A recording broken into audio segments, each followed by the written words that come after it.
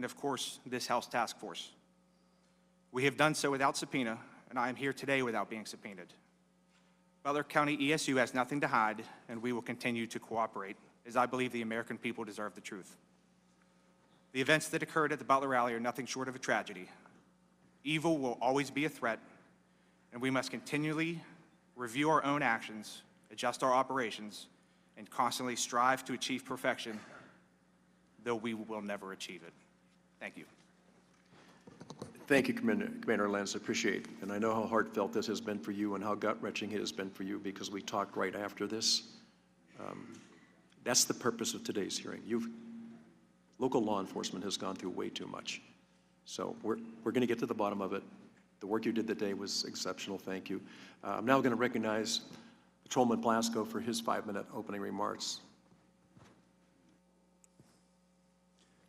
Good morning, members of Congress and of the task force. My name is Drew Blasco. I'm a patrol officer with Butler Township Police Department and assistant team leader of the sniper unit with Butler County Emergency Service Unit, as well as a veteran of the U.S. Army. Please let me begin by stating that the place where the deadly events of July 13th unfolded is my home. I was born and raised in Butler Township, Pennsylvania, and I've regularly attended the annual farm show on those very grounds since I was a child. The Butler Township community is sacred to me and to the members of the police community with whom I serve. Many of our families and friends work in Butler Township, and our police force works very hard day in and day out to ensure their safety and to maintain the peace and safety of all who come into the township. The events that ultimately played out were horrific and tragic. A man lost his life, his family lost a husband and a father. People's lives were changed forever. I had the unique perspective of wearing two hats for this rally. As an ESU member and assistant team leader of the sniper unit, I took part in some of the planning meetings, which included interaction with the Secret Service. On the day of the event, I worked as a Butler Township officer, assisting with traffic control to ensure that the roads and intersections were clear for the arrival and departure of the motorcade. I would like you all to know that I, my fellow township officers, and ESU team members are committed to doing all that we can to help prevent similar tragedies from taking place in the future. We have voluntarily participated in numerous interviews with state and federal investigators, including those of this task force. We have done so to be transparent and to do what we can to help make political rallies and public events safer, and most importantly, to prevent the lives from being shattered whenever evil men are determined to pursue evil deeds. Thank you.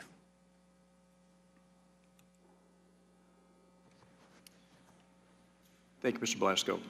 Now recognize Lieutenant Harold for his 5-minute opening remarks. Lieutenant Harold. Chairman Kelly, Ranking Member Crow, and members of the House Task Force. I am Lieutenant John D. Harold of the Pennsylvania State Police, and I proudly entered the State Police Academy in 2005. And I have been a supervisor since 2013. I was the officer in charge of our personnel at the Butler Farm Show site on July 13th rally for former President Donald J. Trump. The officer in charge has overall supervisory responsibility for the PSP assets assigned to the detail, and I performed those duties, including visiting each PSP post to ensure the assignments were clear and they had adequate resources. I also took part in planning meetings for the rally for former President Trump with Secret Service and local law enforcement, as well as preparing PSP's operation plan for the Butler Farm Show site. I appreciate the opportunity to join you today to discuss the event as it pertains to the state police. The state police is a full-service police department composed of 4,562 sworn members, 1,616 civilian employees providing various law enforcement services to communities and local, county, regional, state, and federal partners.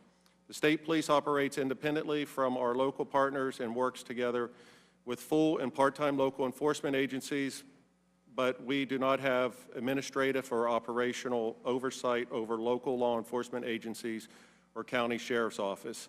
We have always and will continue to work with our local enforcement partners at local and federal level to protect public safety. Secret Service is the lead agency at events involving its protectees, and PSP routinely provides resources and personnel to assist.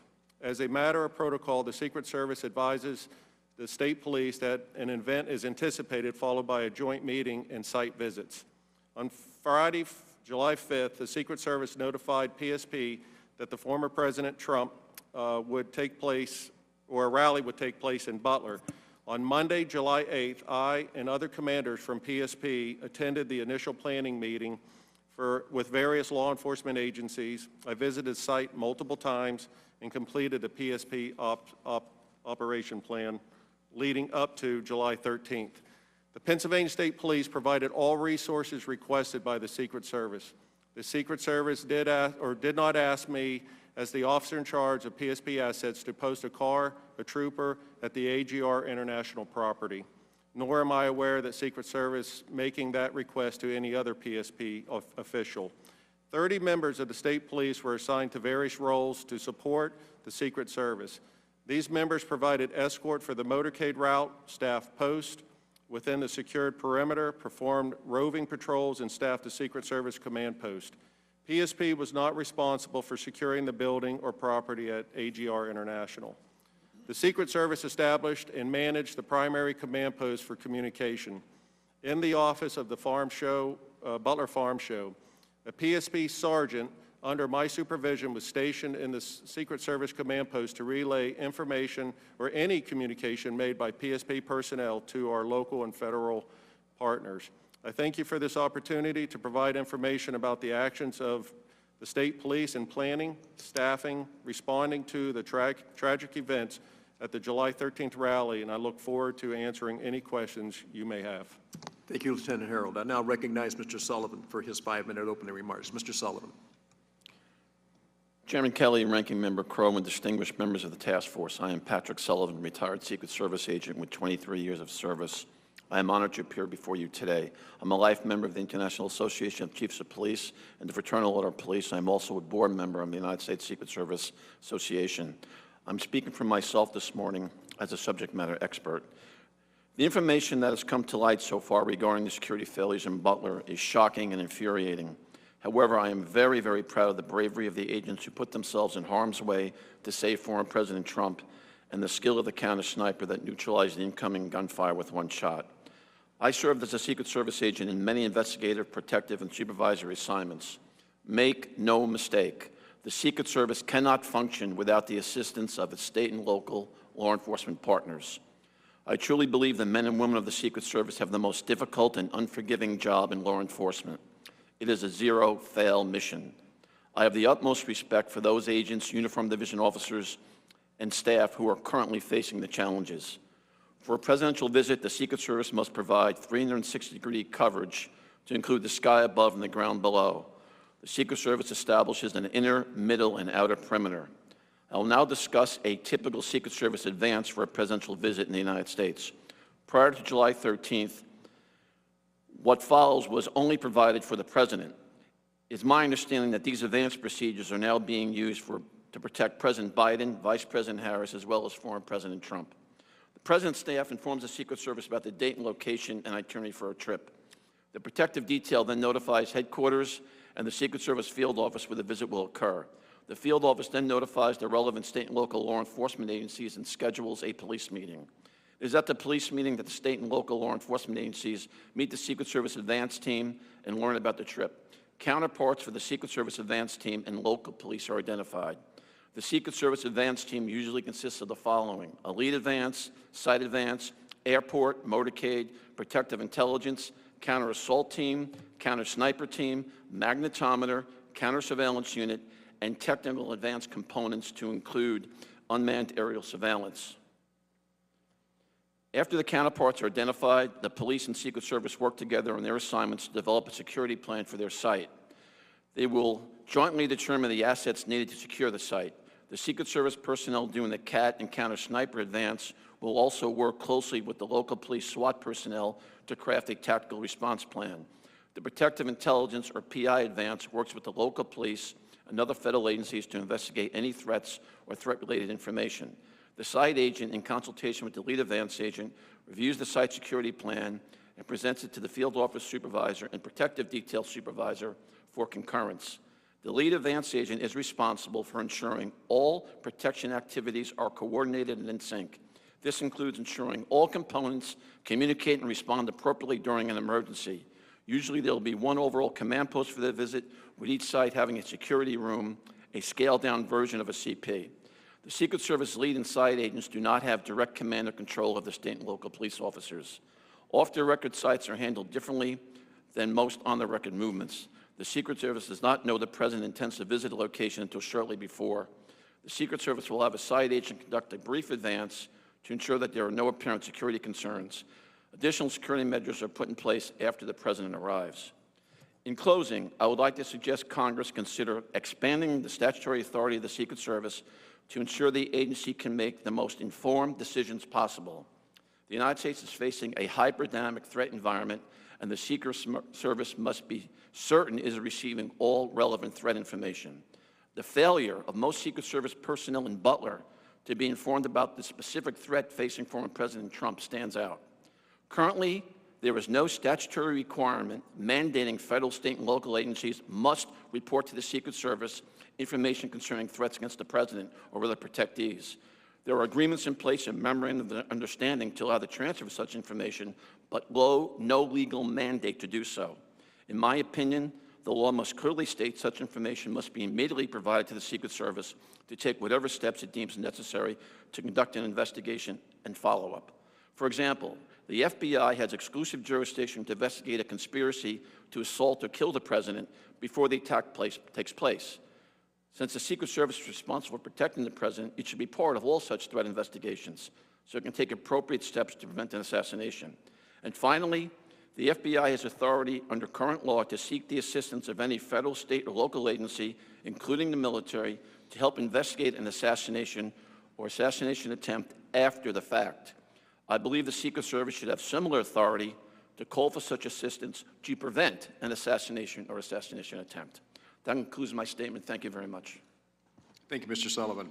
I now recognize Dr. Goldsmith for his 5-minute opening remarks. Now, the witness is going to be testifying over the phone, right? Okay.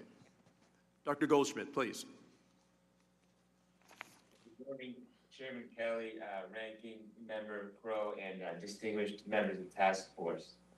My name is Dr. Ariel Goldsmith. I'm the Chief Medical Examiner for Allegheny County, Pennsylvania. On July 13, 2024, after the attempted assassination of former President Trump, I, through my staff, reached out to the Butler County coroner, Bill Young, to offer our assistance if needed. Later that night, our assistance was accepted by Butler County, and arrangements were made to transport the bodies of Thomas Matthew Crooks and victim Corey Dean Comparator to our office. Our office wasn't involved in the transportation of the decedents. However, once they were transported to our office, the required chain of custody work was processed. The following morning, July 14 at 9:15 a.m., I began Mr. Crooks' autopsy with the assistance of other technicians named in my report. Prior to the autopsy, the body was x-rayed. Major handprints were obtained by the FBI Major Incident Program Manager, Brian Johnson, and gunshot residue test samples were collected by autopsy technician Lauren Perrin. My involvement in the case was limited to the autopsy, in which I determined that Thomas Crooks died as a result of a high-velocity gunshot wound to the head with an entrance wound of the left upper lip. I had no reports from or involvement in the investigation into Mr. Crooks' motives or actions, crime scene evidence, or other outside evidence as part of my work. Items of evidentiary value collected during the autopsy were transferred to the custody of the FBI. Once I received the results of toxicology testing, which was performed by our laboratory, I completed a written autopsy report, which was signed August 5th and delivered to Butler County.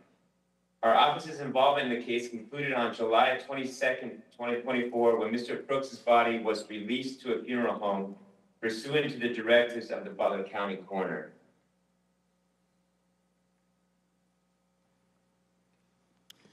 Thank you, Doctor. Now we're going to move to member questions under the 5-minute rule, and I'm going to recognize myself for 5 minutes of questions. First, we're going to show a video to get things started. The footage you are about to see is from this dash cam of a Pennsylvania State Police patrol car on July 13th. This footage has never been released to the public, and it has been edited to show relevant parts. The video, as you will see from the timestamp in the upper right-hand corner, begins at 18:08 or 8 minutes after 6 p.m. In the first 12 seconds of the video, you will see a figure circled in red crossing the roofs of multiple AGR buildings. This man is Thomas Crooks. You will then see the patrol car begin moving toward the AGR buildings, and we lose sight of Crooks, but about 19 seconds into the video, he reappears. Again, we have circled him in red before we lose sight of him at about 20 seconds later. Now, we cut the video for length so it picks up at about a minute and a half later at 6:10 p.m. and 38 seconds. Here you will see law enforcement around the AGR building. At this point, all law enforcement entities staffing the rally are aware that there is an individual on the roof of AGR, but they do not know he is armed. Behind the trees, you will see one officer attempting to lift another officer up onto the roof, and you will see that officer pull himself up and look to the left. According to that officer's interview with the task force, he sees Crooks with the long gun, and Crooks turns and points the weapon in his direction. The officer then falls to the ground, injuring his ankle, and radios that the man on the roof is armed at 11 minutes after 6. That portion of the video ends here. We know that the first shot from Crooks is fired just 32 seconds later.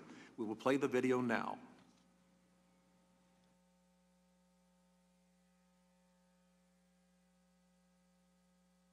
This will take about 51 seconds.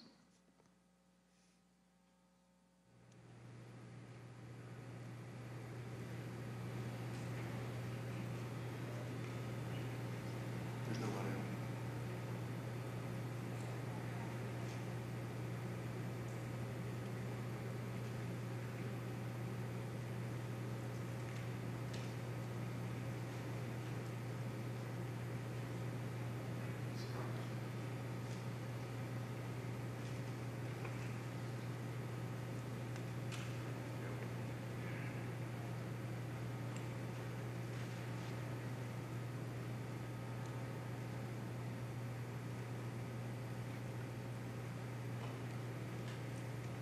I realize it's hard to see some of this, but so Crooks, as he makes his way across the roof, this is, by the way, a Pennsylvania State Police cruiser, and it has the dash cam. So you're able to see some things that nobody else was able to see, but I know it's difficult. Lieutenant Harold, I'm going to direct the first line of questioning to you, since this is state police footage. Footage and evidence show that Crooks was on the roof of the AGR building for over 3 minutes before shots were fired. Lieutenant Harold, please describe those few minutes leading up to the shots fired from your vantage point. My position when the shots were fired, I was behind the stage. I can't answer to any questions regarding Mr. Crooks on the roof because I did not have that information. I was behind the stage. It was very loud, and if it was transmitted over our portables, I did not hear that. But I had returned to my car briefly once the former president had taken the stage to retrieve a cell phone that had FirstNet, and then I was returning back to the stage when the first shot rang out. Officer Blasco, same question.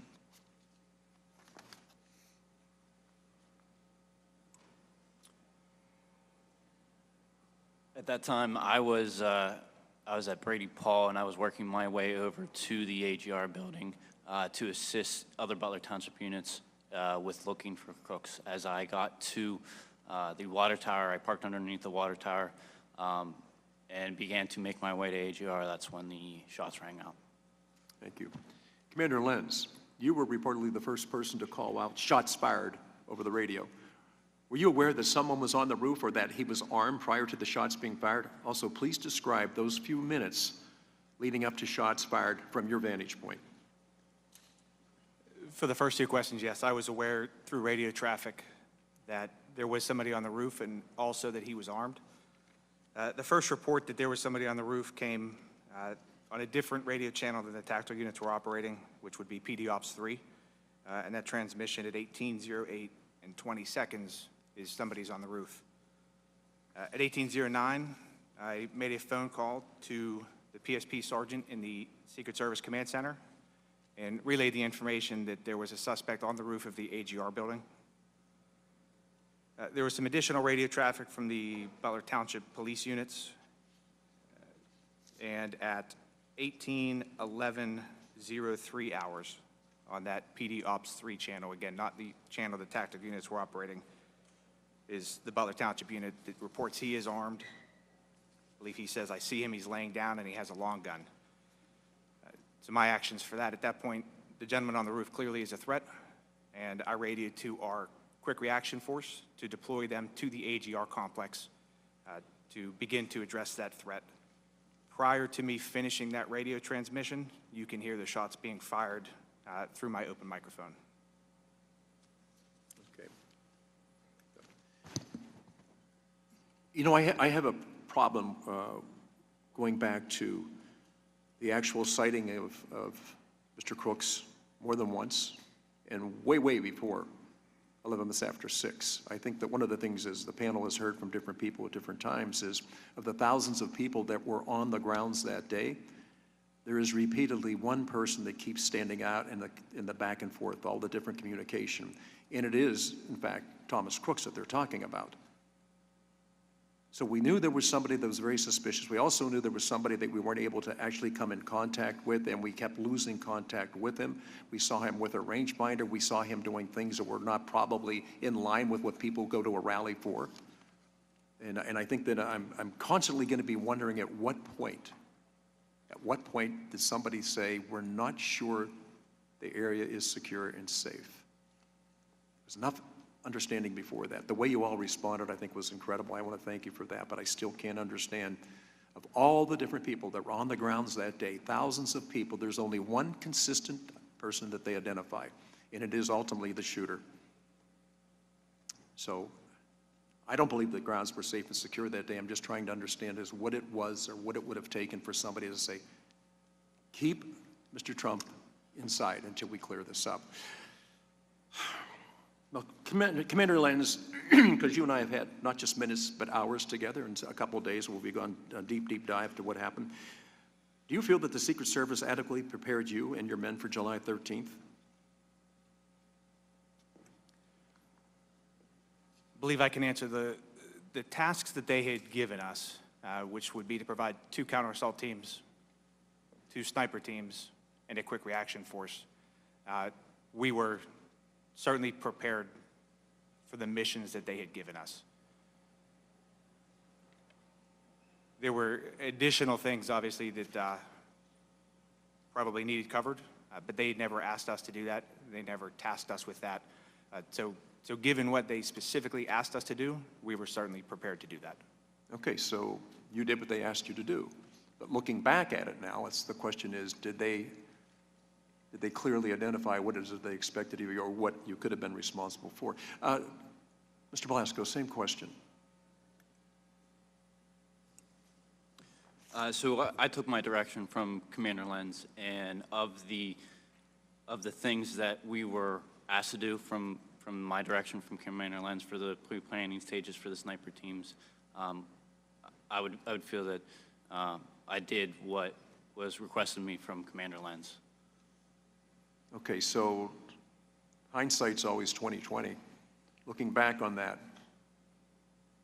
do you think you were adequately prepared for what it is that ultimately happened?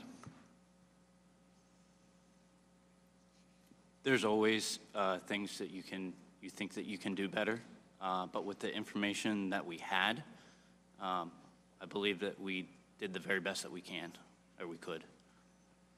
Lieutenant Harold, you feel the Secret Service adequately prepared you and your men for the event? The Secret Service, after meeting with them at the site and going through what they requested PSP to do, was primarily the security of the farm show inside the fence line. So adequate troopers, I had 30 troopers inside that fence line once the motorcade arrived.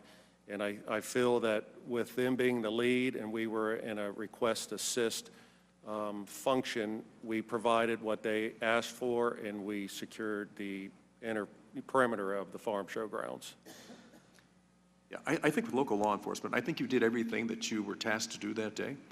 But looking back and looking at the game films and say, you know what, there probably were other things we should have been clued in on that Just to ask all of you, when did you first meet with Secret Service and understand what your role was going to be that day?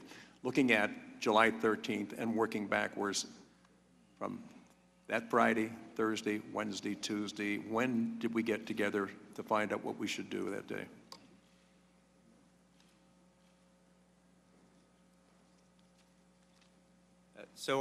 For Butler ESU, our first contact from the Secret Service was Friday, July 5th at 1:55, and that was a phone call asking for assistance with the upcoming Butler rally. We then had a police planning meeting that was on July 8th, 2024 in Allegheny County, and during that meeting is where they relayed the information specific to their request. And at that point for Butler ESU, that was 2 counter-assault teams and a quick reaction force. Commander, tell me, where did that meeting take place? I believe it was the Allegheny County Emergency Operations Center. I could not be there that day. I was actually teaching an active shooter class in Erie, and one of our deputy commanders went to that meeting. Okay. Mr. Blasco. Yeah, I will. So again, we took, from that meeting, we took direction from Commander Lenz and the deputy commanders and team leaders, and we started to formulate a plan of what to do. But the first interaction that I personally had with the Secret Service would have been the July 11th walkthrough at the farm show grounds. Actually on the site? Yes, sir. Okay, that was my question. I know that you were in Allegheny County when they're getting ready for this, but who actually walked the site, saw what it was that needed to be done, and had determined a lot of things, including where the perimeter should be?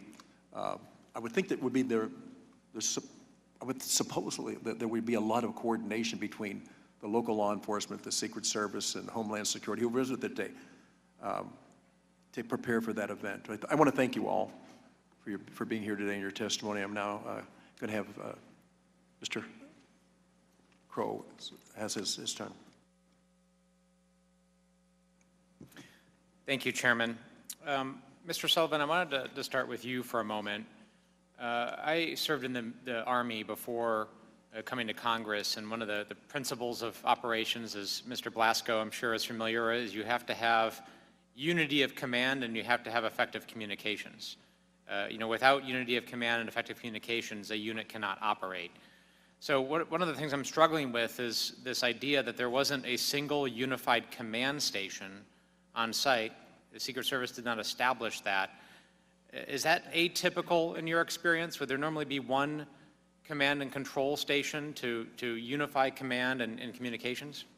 Yes, that's very atypical. I am very surprised. Normally, there will be an overall command post for the entire visit.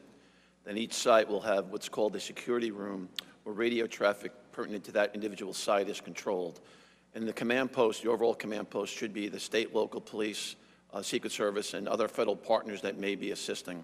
So this is very unusual that the way it turned out here at this site.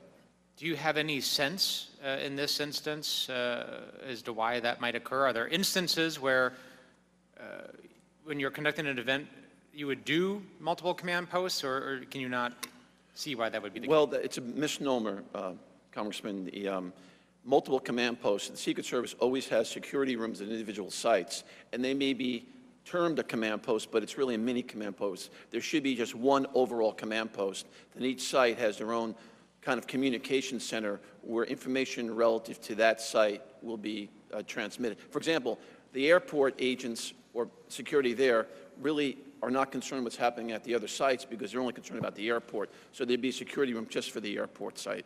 It's probably safe to say that time and speed is really important, right? Because the idea behind that, and I don't mean to put words in your mouth, but the idea behind that is if there's something identified as being wrong, a suspicious person, that has to be very quickly communicated, right?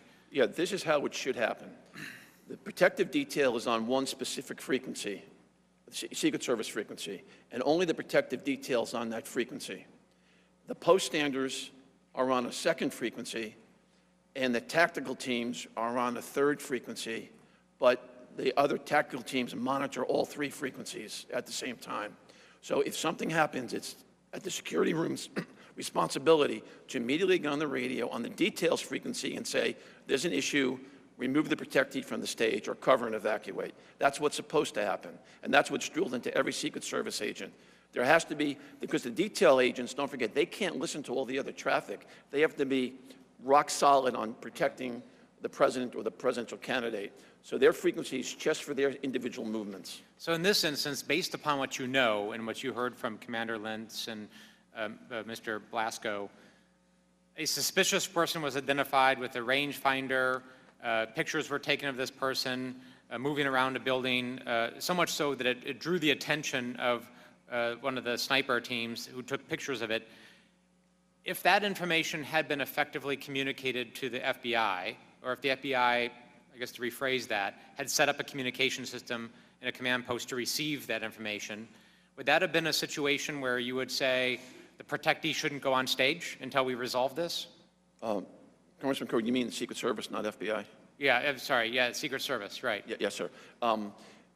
What should have happened, in my opinion, is when the suspicious person was identified, the detail leader and the shift agent should have been told there's an issue, we're working a suspicious person.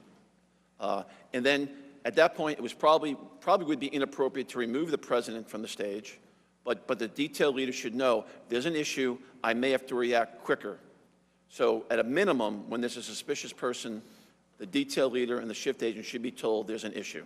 And in your experience, have there been situations when you've been on service as a Secret Service agent where that has come up, where you've had to, pause an event or respond to something until it's been addressed? Yes, that has happened during my career. I've never had a dramatic situation where we had to remove the president from the stage, but we've had situations where the shift agents are told, we got a situation, there's a suspicious person in the front row. And then you have to mitigate that. Usually the protective intelligence team will then come, take that person and conduct an interview, remove that person from the rope line, as an example, and you don't have to take the president off stage or interrupt the president's movements. I want to turn briefly to the effective deployment of snipers. So Acting Director Rowe explained to this task force that it is best practice for the Secret Service to position counter snipers from the vantage point of the protectee looking out. And in fact, in this situation, that is where the Secret Service sniper teams were. They were sitting above the platform looking out. The employment of the local law enforcement, the Butler County ESU sniper teams, was outside looking in. So not looking at rooftops, not looking at lines of sight or lines of fire, but their mission, as they were told, was to look at the crowd, and a crowd of several thousand people, and to try to identify issues within the crowd. Is that atypical? I don't know, Mr. Crow, if that's atypical. I'm very familiar with the our counter-sniper operation in the Secret Service, and that they do set up their position for a line of sight to the stage, show a potential assassin, what type of shot can a potential assassin make against the president, and counteract that. Generally speaking, the observation of the crowd is the responsibility of the post standers or police officers that are posted in the crowd. Because the theory being, everyone in that crowd has already been screened. So it would be very difficult for someone to get a weapon inside the secure area already. So the idea that there would be, a gunman, not to say that it's not impossible, but there would be a gunman in the crowd, that a sniper at a distance would be able to identify and take an effective shot, seems very unlikely. It seems highly unlikely, in my opinion. Again, the threat at that point, from the counter-sniper perspective, is outside the perimeter, in the area that is outside where the magnetometers are set up. And that's the reason why you have the counter-snipers. Because the theory being, inside that perimeter, the people have already been screened, and to a high degree of certainty, there is probably no weapons inside the secure area. Thank you. Commander Lenz and Mr. Blasco, did that mission seem unusual to you, that you were outside looking in at a screened crowd? It did not. We didn't receive any direction from the Secret Service as far as how they wanted our sniper teams to deploy or what their actual mission would be. So our snipers on our normal missions, they deploy more as marksman observers. So what was, can you just, what was your mission as you understood it that day? As we understood it, It was to deploy sniper teams to overwatch the stage, the crowd, the venue area where most of the people would be gathering. Mr. Goldschmidt, are you still with us? Yes. Yes. Great. Just one brief question for you. Was the autopsy that you performed, was that, in this case, was that a standard autopsy in your view? And what I mean by that, was there anything that stood out to you as unusual or different? Was there anything in the toxicology that stood out to you as unusual or different, or did it all appear to be a standard autopsy? It was a standard autopsy. The only thing that would be different was we did a little bit of extra toxicology testing with a heavy metal screening with a slightly elevated lead level. But other than that, the fact that there were FBI members and Pennsylvania State Police members present, it was a standard autopsy. And pictures were taken during this. It was documented. But all the evidence from your report. Correct. I'm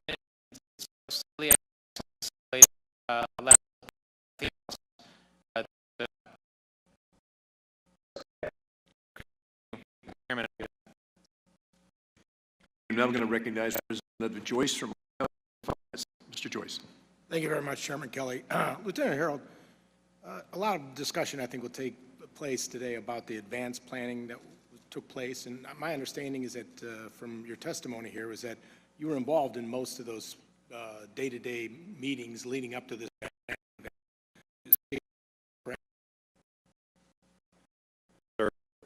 And so, and what you're in charge of the site, and you are assisting them, and they're telling you, you tell them where people are going to be, the local folks who are there going to be, and they're basically in charge and know all those things ahead of time, where everyone's supposed to be, correct? That's correct. Did you have the opportunity then to understand that when the Secret Service came in, that they were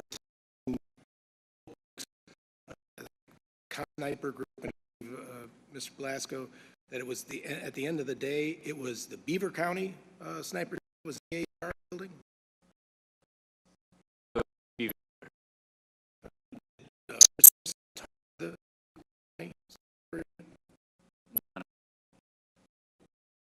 In charge of the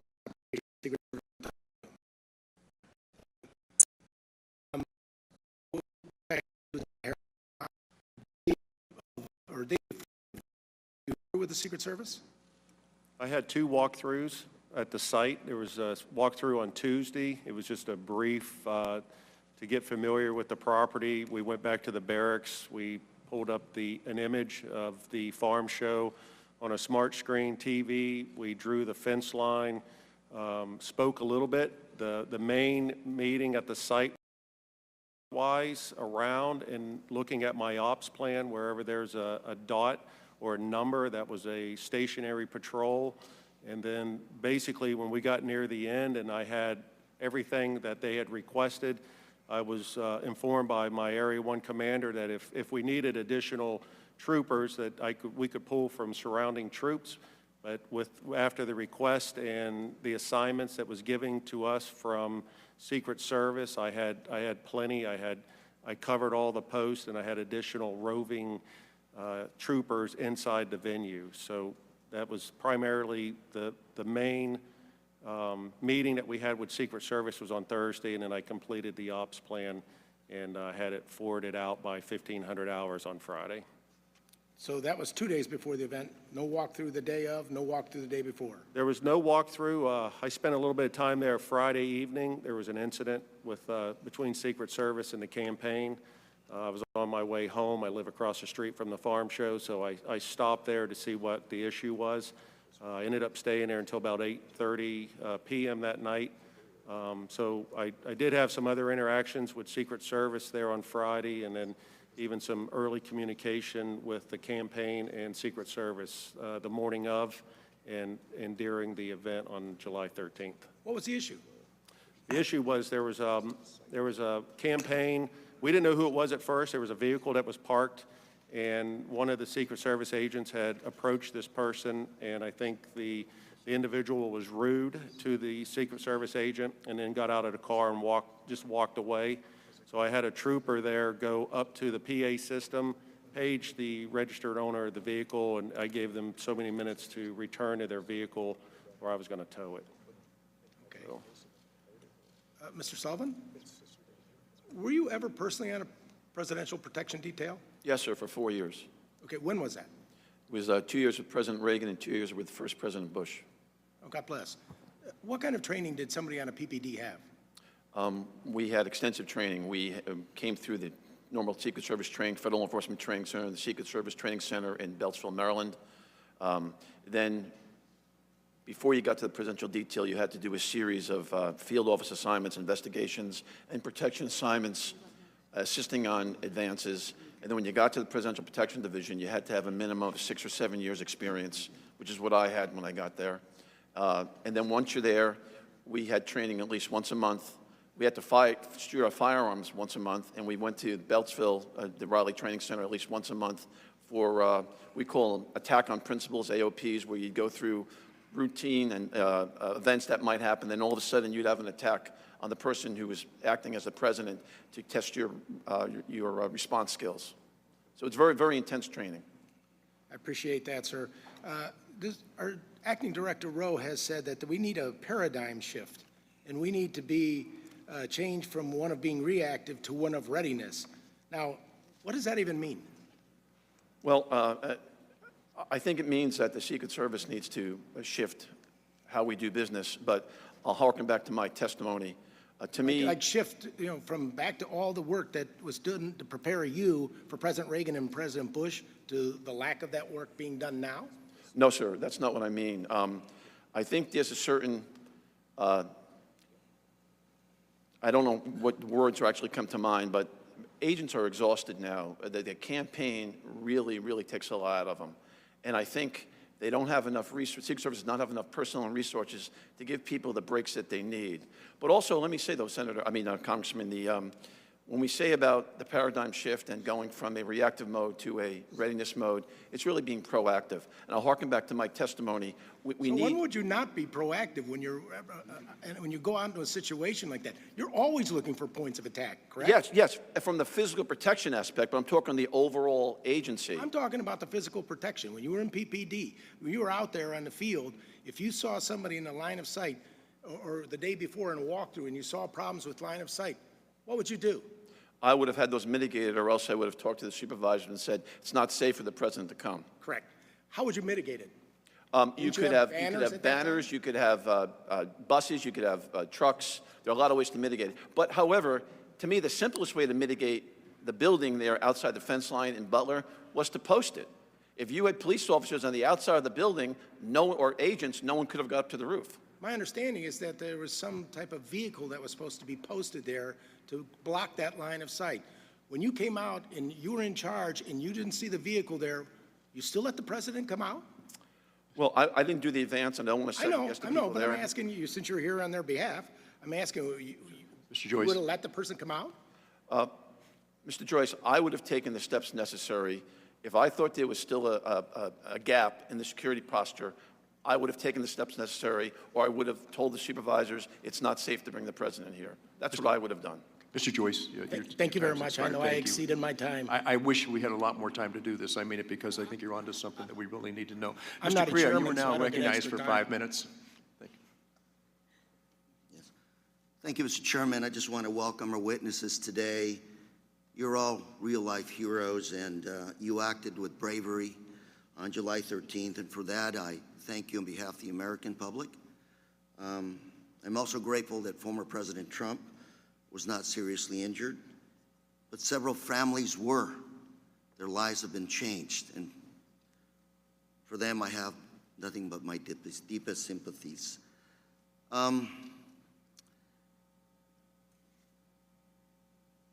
Mr. Sullivan, I want to turn to you first. have a Wall Street Journal article from yesterday, and I'm going to submit this for the record, Mr. Chairman. Objections. And quickly summarizing some of the statements were made. Unclear chain of command, technical issues, poor communication, couldn't identify who within Secret Service was final decision maker, no communication in real time, 2 communication centers. Secret Service said they had technical issues with the radios, a problem that was characterized as being common with the agency. This is a summary of the Senate findings.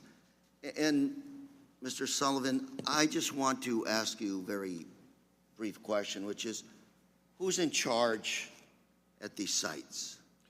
It is crystal clear in my mind from when I was an agent. The site agent, the site advance agent, crafts his or her plan, presents it to the lead advance agent. Ultimately, the lead advance agent is personally responsible for signing off on the entire advance package, all the sites, airport motorcades. So I'm going to ask you, you have at least three different elements here, 3 different groups that we're talking about here. We're talking about the Secret Service, local police, and the campaign. Yes. So the Secret Service is in charge Secret Service is in of charge all the above. of security. No, not all the above, not the campaign, Mr. Carrera. It's only charge of the security portion. And I say that to you because some of the testimony here today, first of all, we don't have communication was totally lacking here. You mentioned there was a, one command center is generally the situation. Here you had 2 command centers that didn't talk to each other. You had someone in the roof spotted, 1609, call was made, suspect on roof with possible weapon. 1811, local police officer spots crooks, jumps off the roof, injures himself. 32 seconds later, you have a shot, goes off. Real time. You've been with the Secret Service, sir. You with President Reagan, I believe you said. And President Bush, yes, sir. Thank you for that good work. What went wrong? Who's in charge? And I'm not trying to say focus on you, but rather we have former President Trump going back to Butler here in the next few days. I'm not looking for people that are guilty here. I'm looking for solutions. What went wrong? How can we fix that moving forward? Well, what went wrong here is there was a breakdown, and I'll explain one more time, Mr. Carrera. The site agent reports to the lead agent. The lead agent is responsible. He or she is responsible for the entire advance package, and then that's presented to the field office supervisor and the detail supervisor. Are we being lax here? Because Secret Service is an elite group of Americans, done an excellent job of protecting our presidents. And here today, you described to me, who's in charge, at least for the locals and Secret Service and not the campaign. But is there somebody there who has the authority to say, this doesn't look good, pull the candidate off the stage, this situation is beyond my control, or it doesn't look good, cancel this thing, move to a safer ground? Is there somebody there that has the authority to tell all 3 elements, this is not good, let's move on? Yes, the site agent and the lead agent, before the protectee gets there, could call ahead and say, it's not safe, do not let the protectee arrive. Absolutely. Once the protectee's there, if there's an issue, any agent, you don't have to be the detail leader, any agent can go up. I'm running out of time, so very quickly, my last question would be, did that person in charge also review all of the communication and say, this is not working? Yes, that was the lead Pull the agent's plug. responsibility. The lead agent, And so there was a failure there by the lead agent. well, I don't want to specifically say the lead agent, but in my opinion, it was probably the lead agent's responsibility to ensure the overall communication for the entire visit was appropriate. And that was not the case. Apparently not. Thank you, Mr. Chairman, I yield. Thank you, Mr. Correa. Now recognize Representative Walz, 5 minutes. Thank you, Mr. Chairman, and I think I share everyone's condolences for the Compatore family, for the Copenhagen family, for the Dutch family that are dead and suffering because of these failures. And thank you all for your service. Every day you wake up and put that badge on to keep us safe. We appreciate you and we have your back. And I just want to let you know, as a veteran, when we come home, we depend on all of you, and I just can't thank you enough. Commander Lenz, Lieutenant Harrell, I want to take a step back again, back to the planning. And really the threat profile that President Trump is facing that is unprecedented in modern American history. Commander Lenz, Lieutenant Harrell, were you made aware that Iran has ongoing assassination plots against President Trump that are active and ongoing right now as we speak, including to the run-up? No. To July 13th? I am not aware. Was it ever discussed with you that an Iranian operative has transited Venezuela and was in the United States, according to FBI public notice made in March, recruiting hitmen to kill President Trump? It was not. Were you made aware on July 13th or on July 12th that day the FBI had arrested a Pakistani national, Mr. Merchan, with ties to Iran, putting down payments, actual cash, down payments to recruit hitmen? No. Were you aware that that same operative were recruiting women as spotters and recruiting protesters as a distraction? A fairly sophisticated plot being run by a foreign state actor intelligence agency. No. Not aware. Mr. Sullivan, in your experience, would that change how you operated? Would that heighten your level of coordination, assets? Absolutely, Mr. Waltz. It would be a tremendous game changer. But again, I hearken back to my statement here at the beginning. The current situation with the Secret Service not being mandated to have information provided to it is a problem.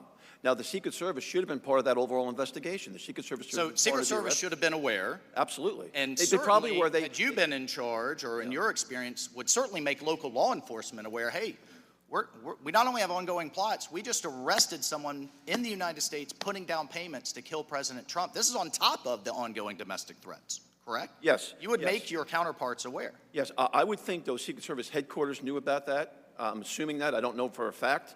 But I've been in law enforcement my whole life. Unless you're in the room, unless you're one of the persons putting handcuffs on the suspect and bringing him in the room conducting the interview, you're never going to get the whole story. You have to be But at part least of that in arrest. in fairness, just I have limited time, at least in awareness to your local law, Yes, right? yes. So were you also aware, was anyone aware that President Trump had been denied additional resources, but the reason the Secret Service counter sniper team wasn't there to coordinate with you is they were still pending approval at Secret Service headquarters. That's why the actual counter snipers weren't there to coordinate with you. Was anyone aware of that?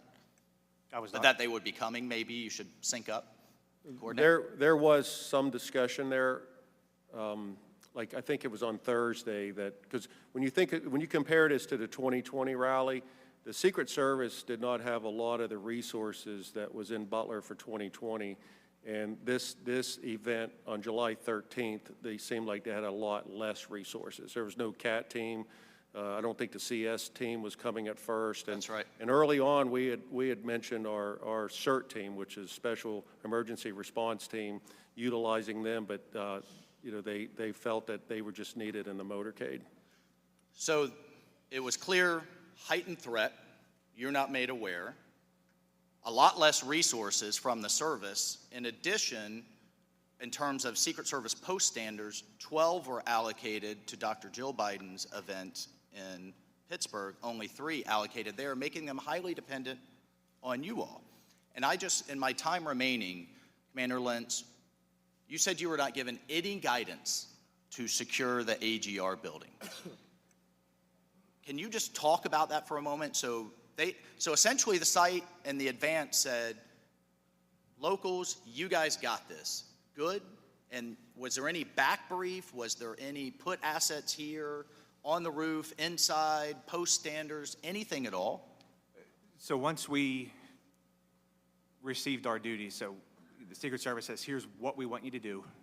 And on Tuesday, I believe it was Tuesday, they did request some sniper teams from us, and later that day confirmed that their counter snipers were coming in. But there was no guidance as far as where they wanted us to be, aside from what those specific duties would be. The counter assault team leader was very good at making sure we knew what was expected. The counter sniper walked through with us at the planning meeting, so they knew where we would be. They knew what our plan was. They never requested a formal copy of our plan. This was all verbal, Correct. right? And you never got any written guidance of how many assets to put where? Correct. And it was our decision to place those snipers in the second floor of that AGR building. They were aware of that, certainly aware that they would be there, but there was no feedback or guidance that they wanted them there, that they didn't want them there. But really, by not raising an objection. And Mr. Sullivan, should that guidance have been provided? in your Absolutely, experience? absolutely. No question about it. And if you had had additional Secret Service assets, would you have put the AGR building within the protective perimeter and the see-through chain link fence that anybody could have approached within yards of the stage? Would you have put that inside the perimeter with additional resources? With additional resources, you could probably put that building inside the perimeter, but from my understanding, that with the resources they had, the decision was made to put that building outside the perimeter. But it still could have been secured with post standers to prevent someone from getting on the roof. So this was a lack of resources decision from Secret Service headquarters. If they had had it, you would have done it differently. No, Mr. Walsh, I don't want to say that. I wasn't there, but if the Secret Service had the resources, it would have been easier probably putting that within the secure perimeter, and then everyone going into the building would have already been magged and screened. But, I mean, you have to take that on a case-by-case basis. Every site's different. But at this point, thank you. you Mr. could go, Mr. Walsh. thank you. You could go up to that fence without being magged or screened. Yes. That's correct. Thank you, sir. Thank you, Mr. Chairman. Yes, thank you. Ms. Dean, you're recognized for 5 minutes. Thank you, Mr. Chairman, and I want to thank all of you for coming and being willing to assist us in trying to get at the facts of what happened, what went right, what went wrong. And I offer you my thanks for your service to community and to country, but I also want to say I'm sympathetic to your losses that day and the stress and trauma that it put on you and the entire community.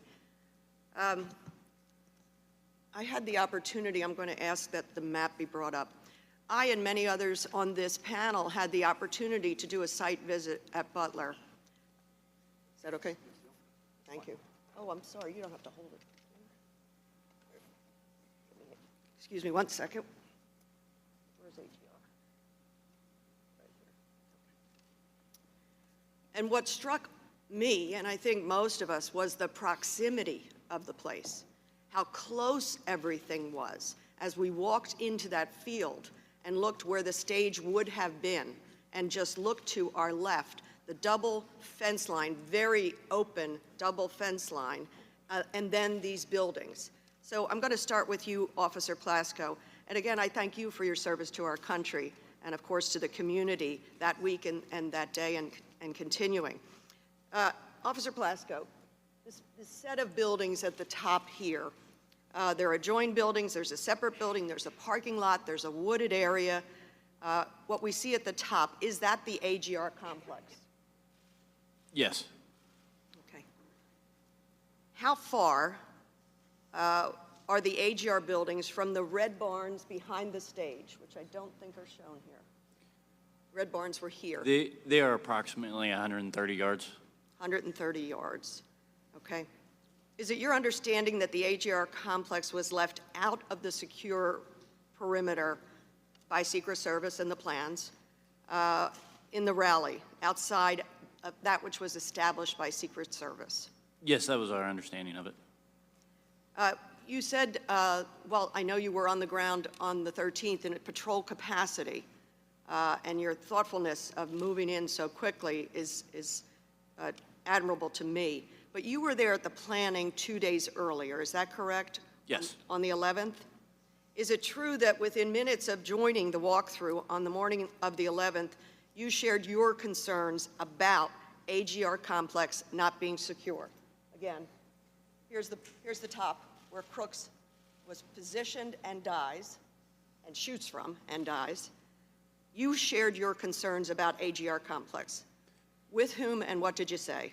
I did share my concerns with the agents, from my understanding, that were in charge of the site that day.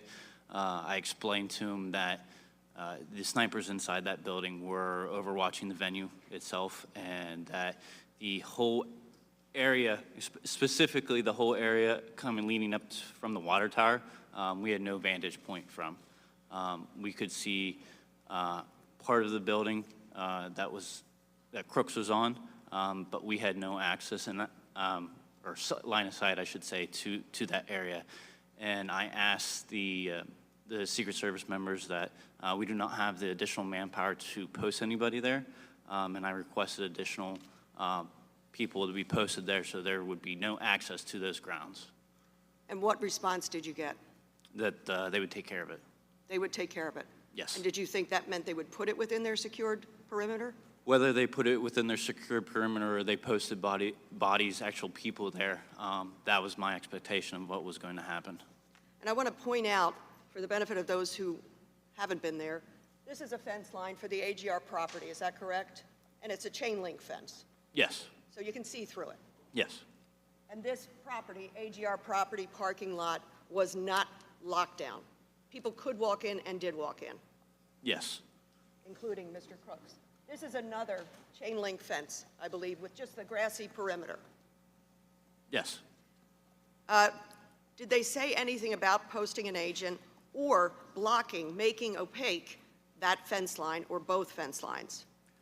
So we were told that they were going to post a opaque fencing along the line. In the military, I called it sniper fencing, but it's an opaque fencing that you can't see it.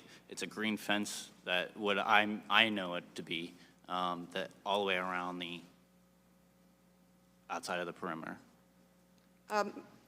Mr. Lieutenant Harold, can you talk about whether or not there was a discussion about posting vehicles along either of those fence lines? Farm vehicles, trucks, buses? On Thursday, well, even on Tuesday and Thursday, there was discussion about farm equipment that they were going to post. It was the campaign that was going to post farm equipment. And at one point, it was along the pond side of the stage, and then they were discussing about putting some farm equipment up above between the stage and the AGR building. So there was also a contact that was provided to the campaign about a resource that would be able to provide additional equipment to banners, trailers, some of the same equipment that was utilized in the 2020 rally. And so I had put the campaign in contact with this individual, so if they needed additional equipment along that fence line. And then there was also some discussion about, I think it was like, I guess you would say a jumbotron or something, like there was supposed to be a screen of some sort, you know, like blocking that area a little bit better. Saturday morning when we showed up, I think there was one combine that was between the AGR building and the stage, and there was a few additional tractors that was on the opposite side, on the pond side of the farm show there from the stage. And Commander Lentz and Mr. Blasco, when Secret Service arrived, did anybody say to you all, well, we're missing some of the stuff we thought was going to be here, to block that line of sight? When I arrived the day of the rally, I actually did not speak to anybody from the Secret Service until I had to make a phone call to the Secret Service specific to a possible threat that the 911 center received. I thank you. I recognize I've gone over, Mr. Chairman. Thank you. Again, I'll just go to thank you for your service, and it is stunning, the proximity of that rooftop and all of that property. So thank you. Thank you, Ms. Dean. Mr. Fallon, you are recognized for 5 minutes. Thank you, Mr. Chairman. Lieutenant Harold, how long is the academy that you attended to become a Pennsylvania State Trooper? Approximately 6 months. And during that 6 months, how much time was spent on personal protection training or providing security at political rallies? Very little. Yeah, if not any, right? Right. Would that be the same, Commander Lenz and Officer Blasco? Correct. There's, Similar? to my knowledge, none in the police academy. Agent Sullivan, when you went through the academy training, was it 6 months like it is now? The first school was 12 weeks at Glencoe, Georgia, and the second Secret Service was about 16 weeks. Fair to say that about 5 to 6 of those weeks were spent on how to secure perimeters and things like that at political rallies? Yes, it was And personal protection? the vast majority was protective intelligence investigations, protection. Right. And then when you actually went on a protective tour, it's about 5 or 6 years? That accurate? You'd have to be an agent for at least 5 or 6 years before you could be assigned to protective detail. Right, but a protective tour lasts about 5 years or so? No, when I was an agent, it was between 3 and 4 years, Okay, it's about 5 years now. or more, yes, sir. So fair to say, I think we've established that the experts in protection are the Secret Service and not local law enforcement. You do a lot of other things. To illustrate for the American people the abject historical failure of the Secret Service, because they're supposed to be the premier protective agency in the world, and on July 13th, they were anything but. And Helen Comparator doesn't have a husband because of that. So when I visited the Butler farm, the Butler Farm Show and the AGR complex, two things struck me.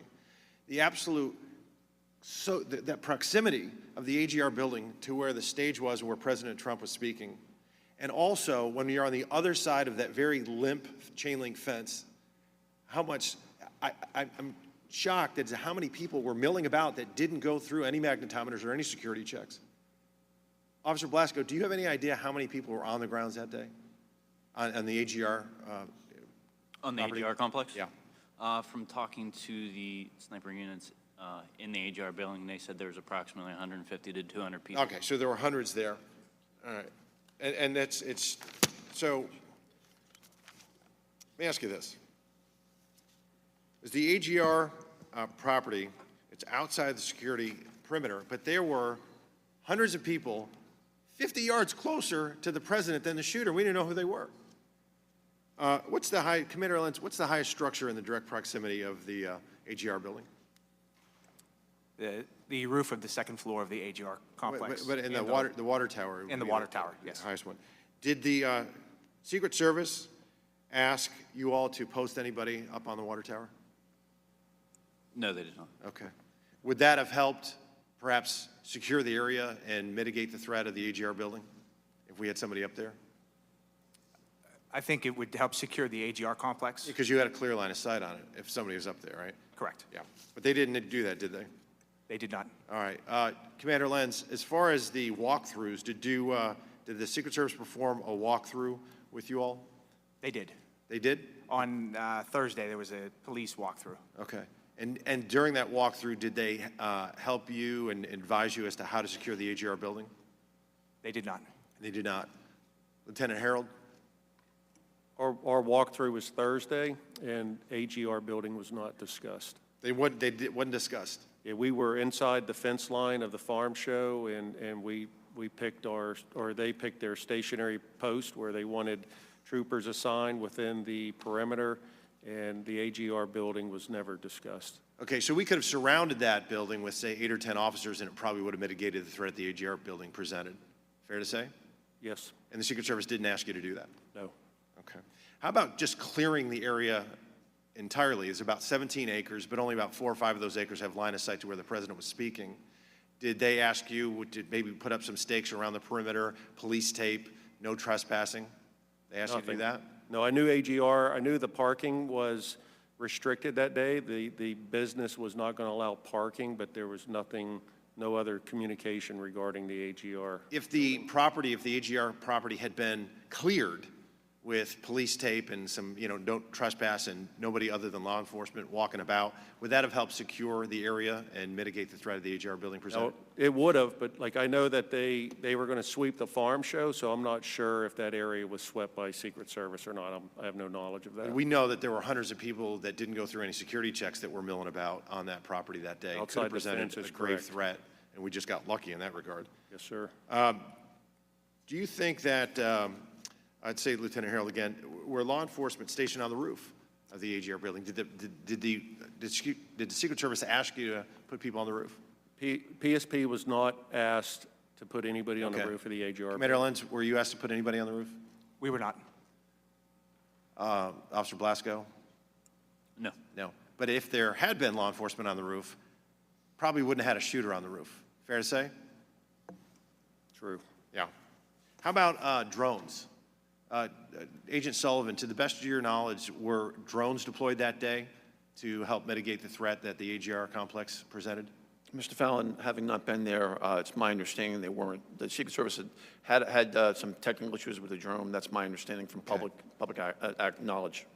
Lieutenant Harold, if cameras had been placed on the AGR roof, would that have helped mitigate the threat? That would have. Where the Secret Service didn't place any cameras to your knowledge, did they? Not aware of any cameras on the roof of the AGR building. There's about 7 different ways the Secret Service could have secured that building. A 10-year-old looking at that satellite image could have seen that the greatest threat posed to the president that day outside the security perimeter was the AGR building and that roof. And a 20-year-old with a week's notice figured it out and outsmarted and outmaneuvered the entire U.S. Secret Service, and that is a shame and it's a stain on their agency. And the best way to prevent these from happening is you don't react to them, you prevent them in the first place. Mr. Chairman, I yield back. Thank you, Mr. Fallon. Ms. Houlihan, you're recognized for 5 minutes. Thank you, Mr. Chair, and thank you very much, gentlemen, for joining us today. I want to join my colleagues in thanking you for your service. I, too, served in the military, and so I'm enormously grateful for the safety and security that you provide all of us when we're home. My questions are going to be focusing primarily on communications and radio protocol, and so I'm confident or somewhat confident that I know to whom to direct these, but if you have any insider input into it, please feel free to chime in. I want to start with Mr. Sergeant Lentz. Understand that you are the commander of the Butler County Emergency Services Unit, and as commander, my understanding is you were in the local command trailer, along with your deputy commander and representatives from the Butler County Sheriff's Department and the Butler Township Police Department, as well as, of course, the emergency services on that day. Meanwhile, my understanding is that the Secret Service security room included representatives from the Secret Service, from the state police, and also from the Butler County Emergency Services. Just to start, is that a fairly accurate portrayal of who was where then? Yes. Perfect. Can you describe then some of the radio frequencies that were used by those various agencies? And I'll start with the Butler Police Department. What frequencies were they operating under? Sure. So the Butler Township Police Department was using a channel we call PD Ops 3, which was an operations channel just for the township units performing traffic control duties. The tactical police units, we were using PD Ops 4, and the sheriff's office was using the sheriff's operations channel. And my understanding there were also frequencies 1 and 2 for units that were not working at the rally as well. Is that correct? Correct. PD1 is for patrol units that would cover the southern part of the county, and PD2 would be the northern part of the county. And were local officers able to listen to other radio frequencies that day, other than the ones that you just outlined? No. So we were able to hear our Butler County channels only. And could you talk a little bit about the state troopers as well? What frequencies were they listening to? The only thing I can really speak to on the state police radio is we did have one in the county command post. It was a portable radio. But the newer radios seem to operate more like a cell phone, and if you don't have a connection to the tower, then they just don't work. So we had some issues hearing anything from that radio throughout the day. So you had issues communicating with the state police, and my understanding is they were on a different radio system from you. Correct, and they are on a separate radio system. I'm sure Lieutenant can echo better what they actually were using. Do you know if the Secret Service, again in a different area, was able to listen to your local radio frequencies that day? So there would have been an encrypted police radio in the command center. I believe it was being used by the emergency services side, so fire and EMS, but I believe they treated around 250 patients for heat-related stuff that day. So that radio was nonstop. So even if that radio was scanning and had the capability to hear our channels, they would not have been able to do so just because of the amount of traffic. Yes, when we were in Butler, that was my understanding, is that there were a couple hundred calls because it was such an incredibly hot day, and that, to your point, even if they had been able to listen to you, there was a lot of other chatter going on. And so, here we've got the local folks, the sheriff, the state police, all of whom have their own channels and not all of whom are able to listen and hear to, one another. Can you briefly talk a little bit about the Secret Service and whether or not you think they could hear you? I do not believe they could hear us at all. They did not have a radio from us, and we did not have a radio from them. So, in the local command post, there was no way for us to hear any of the Secret Service radio traffic. So for those of us who are of a certain age, I was in my early mid-20s during September 11th. This was almost exactly what I remember being the problem in terms of responding to September 11th, that there were all kinds of really well-intentioned, very well-trained people, but none of whom could hear one another or communicate with one another. It feels as though we haven't made a whole lot of progress on that. In your view, what would have been a better way to have this communication? Sure, it's not feasible to have everybody communicate on the same channel just because the amount of radio traffic. However, a unified command post, as we're all taught in many different FEMA classes, a unified command post solves that issue. Yes, and I know Representative Crow started this conversation with sort of being aghast at the fact that there were clearly more than one command post, and that in some cases, my understanding is some people didn't even know that there were more than one command post, and so that's certainly a gap too. So here we were with 3 minutes and every second counting, and the Secret Service and the state police weren't able to directly hear what local law enforcement actually saw because they didn't have that interoperability with local law enforcement frequencies and didn't have possession of those radios. Given how important that communication is in communicating in a crisis, clearly one of the findings of our investigation ought to be that there needs to be certainly reform in terms of the technological communications that are going on here. My colleagues had a little bit of extra time, and with my remaining time, I'd like to ask a question about the drones. I understand that the drone technology that the Secret Service had didn't work that day. My understanding is that the person who was trying to assassinate the former president's technology did work that day. The last question that I have for you is we're always trying to solve for the last problem that we had. A shooter, a sniper. To me, we should be solving for the future problems that we aren't seeing coming around the corner, and those are emerging threats, evolving threats such as drone technologies. Gentlemen, do you have anything that keeps you up at night that isn't sort of the traditional sniper on a rooftop? Yeah, I believe that we've probably all considered the emerging threat that would be coming from a drone. I would say at our level, I have no means to mitigate that at this point. And that's actually something that we can also help with, and Congress has pieces of legislation, myself included, that address the authorities that you need to have to be able to combat what I think is an increasing threat from things like drones. I thank you very much for your testimony, and thank you very much again for your service. And with that, I yield back. Thank the gentlelady. The gentlelady from Florida, Ms. Lee, is recognized for 5 minutes. Thank you, Mr. Chairman, for convening this important hearing, and to our witnesses for being here with us today. Lieutenant Harold, I would like to start with you and return to a comment that you made earlier. I believe you testified that you actually participated in a prior rally at this same area with President Trump in 2020. Is that correct? That is correct. And you commented upon your observations about different resources that were available for that 2020 rally. Is that right? That is correct. Would you please describe for us some of the differences you saw in the level of protection and the level of resources that were afforded to President Trump in 2020 that were not part of the rally in 2024? Well, first, it was the site. It was an airport that's located about 20 minutes south of the farm show. So it was an airport. It's completely fenced in. It's a restricted area. The night before, we picked up the motorcade and delivered the motorcade, I guess, or escorted it back to the airfield, and we parked it in the hangars there, and everything was secured. But there was no, I guess, the foot traffic. There's nobody walking through an airfield. It's all fenced in. It's restricted. But it seemed like there was more resources that were present for the 2020 rally compared to the one here just 75 days ago. So when you think of like the level of security then, like what was changed now? Like why did we have less resources from the Secret Service on July 13th? In your observation, did it appear that there were a greater number of Secret Service agents involved in the 2020 rally?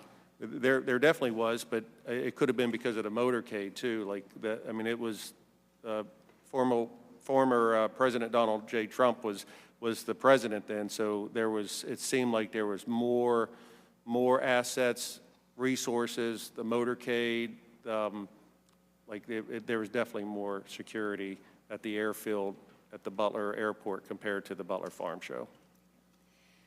And Mr. Sullivan, I'd like to return to you for a moment.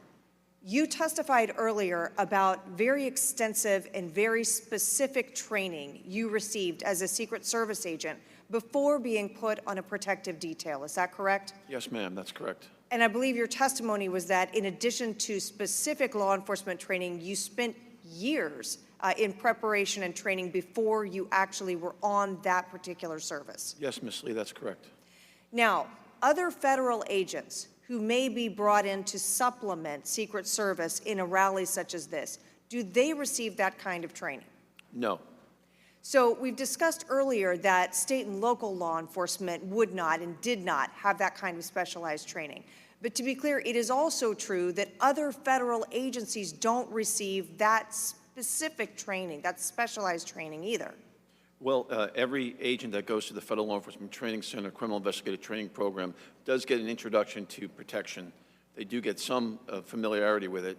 And then before when the Secret Service, I'm no longer there, but borrowed agents from other agencies. When I was an agent, we used ATF, IRS, Customs. Now it's Homeland Security investigators. They are briefed, and they get a briefing and a familiarization with Secret Service procedures. But remember, though, the agents that are helping from HSI are not doing the advance. They're not making decisions on how to create the security plan. They're in a specific post with specific post instructions for that post. But would it be correct to say that Secret Service agents who are specifically assigned to a protective detail have far more extensive training in that specific type of service and law enforcement activity than would your counterparts at other agencies? That is 100% accurate, Ms. Lee, yes. And are there things in your observation about the particular rally today and the staffing associated with it? You touched earlier on how it's imperative to include state and local law enforcement, but are there particular things about this rally that you've observed that you think might have elevated and improved the security posture?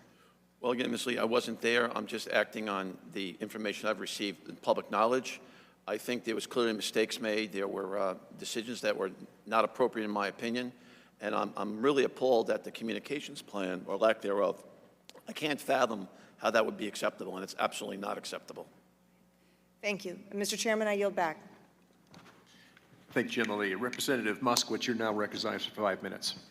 Thank you, Mr. Chairman. The assassination attempt against President Trump on July 13th was a chilling moment in our country's history. This task force is committed to ensuring that security failures on July 13th never happen again. We thank you for being here, gentlemen, to help provide the task force transparency and answers to the American people. There were a host of issues with planning and execution of the July 13th rally, including communications failures. I'm familiar with communications issues. As the former Director of Emergency Management for Florida, I was the first emergency management agency to institute FirstNet for everyone in my emergency management agency and all of our CERT components. Additionally, I helped establish the Marjorie Stoneman Douglas Commission after a shooting at my high school in Parkland, which also had radio throttling and cell phone issues, major communication issues where police departments couldn't talk to each other even though they were at the same site. Sergeant Lentz, were there cell phone issues on July 13th, and if so, what were they? There certainly were. As more and more people started to arrive, it seemed that cell phone communications started to fail. I do have my cell service through FirstNet, so throughout the entire rally, I was able to make phone calls and send messages, but even in the command post, we were operating a mobile CAD and also a mobile radio platform that didn't have enough signal to actually operate.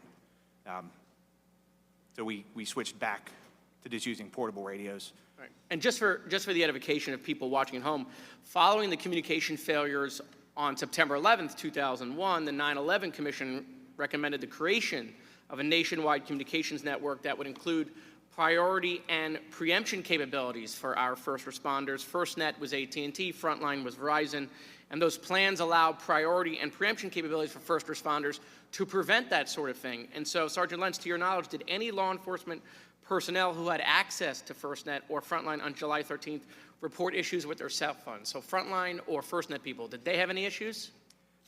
To my knowledge, no, they worked the entire time. My pictures were a little bit slower to send, but they did go through. Yeah. Which members of local law enforcement can access Frontline or FirstNet? Do local law enforcement departments provide those? I do not know. So mine is actually my personal phone that I set up through FirstNet. Right, so you have to pay for that yourself? Yes. To have priority to make sure you can communicate? Yes. Right, okay. At the July 13th event, a local sniper sent pictures of the shooter to other local law enforcement officers approximately 45 minutes before the shooting at 5:34 p.m. While some officers received those pictures, several law enforcement officers reported that they did not receive those photos of crooks due to connection issues. Sergeant Lentz, our understanding is that everyone who had FirstNet was able to receive the pictures of crooks. Is it your understanding as well? Yes. Okay. To your knowledge, were the local law enforcement officers on the ground in Butler on July 13th that had FirstNet or Frontline, were any of those unable to receive it? Not that I've heard. Okay. Would all local law enforcement having access to FirstNet or Frontline help improve communication issues at major events, in your opinion? Yes. It's long been known that when you get a very, very large crowd of people, it just, the cell system can only handle so much. At the 2020 rally, there was actually a FirstNet truck, I believe, that had been driven there and deployed as an additional cell tower. And I do not believe that occurred at this rally. But it does seem that the FirstNet is a very, very good option to make sure we have cell phone capabilities. Right, so I just want to think about it, right? So the 9/11 Commission recognized this in 2001. We created a solution, and yet it's 2024, and we're still not implementing that solution at the highest levels of our security agencies to keep former presidents safe, for law enforcement on the ground who are a part of that, for Secret Service who is a part of that. And so, you know, we don't have to sit here and come up with a solution. They did it in 2001. Why has it taken so long to implement the solution? And so, you know, the chairman said something that's totally true. People in this country absolutely should have a right to go to a rally, right, and listen to their president or candidate of choice and come home. By the way, parents should have the right to send their kids to school in this country, right, and for them to come home as well. Mr. Chairman, I yield back. Thank you. I thank the gentleman. Now recognize the Chairman of Homeland Security, Chairman Green. 5 minutes. Thank you, Mr. Chairman, and thank you and the ranking member for your leadership on setting up this hearing today in this investigation, and thank you to the witnesses. Colonel Christopher Paris, I think the commander of the overall Pennsylvania State Police, testified before the Committee on Homeland Security a few weeks after the events in Butler and a few weeks before this task force was formed, that a photo was taken of the shooter with a rangefinder actually actively ranging the podium. He further testified that that image was texted to a PSP officer in the control center and showed to the U.S. Secret Service approximately 10 minutes before President Trump took the stage. Can you, Lieutenant Harold, confirm that that testimony is accurate to your understanding? I have no knowledge of the image prior to or during the day of July 13th, so I can't answer to that. Like if it came up in the investigation, I had nothing to, or I have no working knowledge of the investigation, just the events that took place that day on the 13th. You were on the ground there that day. So yes, sir. This was reported to us in committee and under oath. I mean, you know Christopher Paris, good man. I do. Your boss. Yes, sir. Okay. Mr. Sullivan, you've been made aware, I know my colleague, Mr. Walsh, talked about the intel. Apparently, the additional intel was received about 21 days before the event. It was reported, as I understand it, to the Trump detail 7 days before the event. Considering this heightened intelligence, do you think allowing President Trump to take the stage after an image of an individual ranging the podium with an optical rangefinder is received 10 minutes before was a good idea or a bad decision? Well, I don't know if the detail leader was told about that image being received. Had the detail leader been told about that? PSP guy says it was shown by, on a text, the phone said, here, this is the image of the guy, somebody ranging the target. Yes, Mr. Green, I understand that, but that may have been someone in the security room, and that wasn't transmitted to the detail leader. I don't know if it was. So I'm just asking, well, let me ask this question. Is it, like, if any Secret Service agent is aware of something like that, can any Secret Service agent go, hey, whoa, stop, we don't need to let the president on the stage? Absolutely. Okay, that didn't happen. Okay. But primarily it would be the detail leader's responsibility, but any agent could step in if she thinks it's an immediate emergency. Okay, good. Commander Lentz, you mentioned that the local law enforcement activity fired the first shot. Is that correct? You mentioned maybe that he withdrew. Do you think he was hit, or do you think he just sort of ducked because he was taking incoming fire? In speaking with the officer that fired that shot, he's very confident that his round was on target. And the way he described him, it wasn't a duck. Is the doctor still available and online? Yes, I am. Were there 2 bullet wounds in this individual, or just one, the headshot? No, it was just the one. Okay. I just found it interesting that when we were briefed by the FBI, we didn't get told about that shot taken by the local guys. Lieutenant Harrell, did Secret Service, the shooter apparently had the gun stored somewhere, as I understand it, near the AGR building. Did the Secret Service use canine teams to clear the site prior to the event that day that you're aware of? Is that a question for me, sir? Lentz, or you, sir, Commander Lentz? Or I'm not aware of any canines clearing the area of the AGR international property. We were told that K9 units would clear the farm show ground. So to me, I'm thinking inside the fence line at, I believe, 1100 hours that day. Are you aware that happened, either of you, that did occur? You saw my officers did report that there were dog teams in the same barn as that. Okay, very good.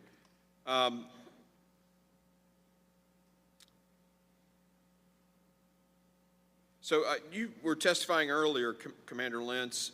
Did I understand you correctly that you're the leader of the local law enforcement on the ground there, right? Just the tactical units. Okay, the tactical units. The first time you talked to Secret Service that day was when you needed them and you called them? Correct. Did anybody check in with you to make sure your guys were in the right place for the event? They did not check in with me, but They did not. Let me make sure I got this correct.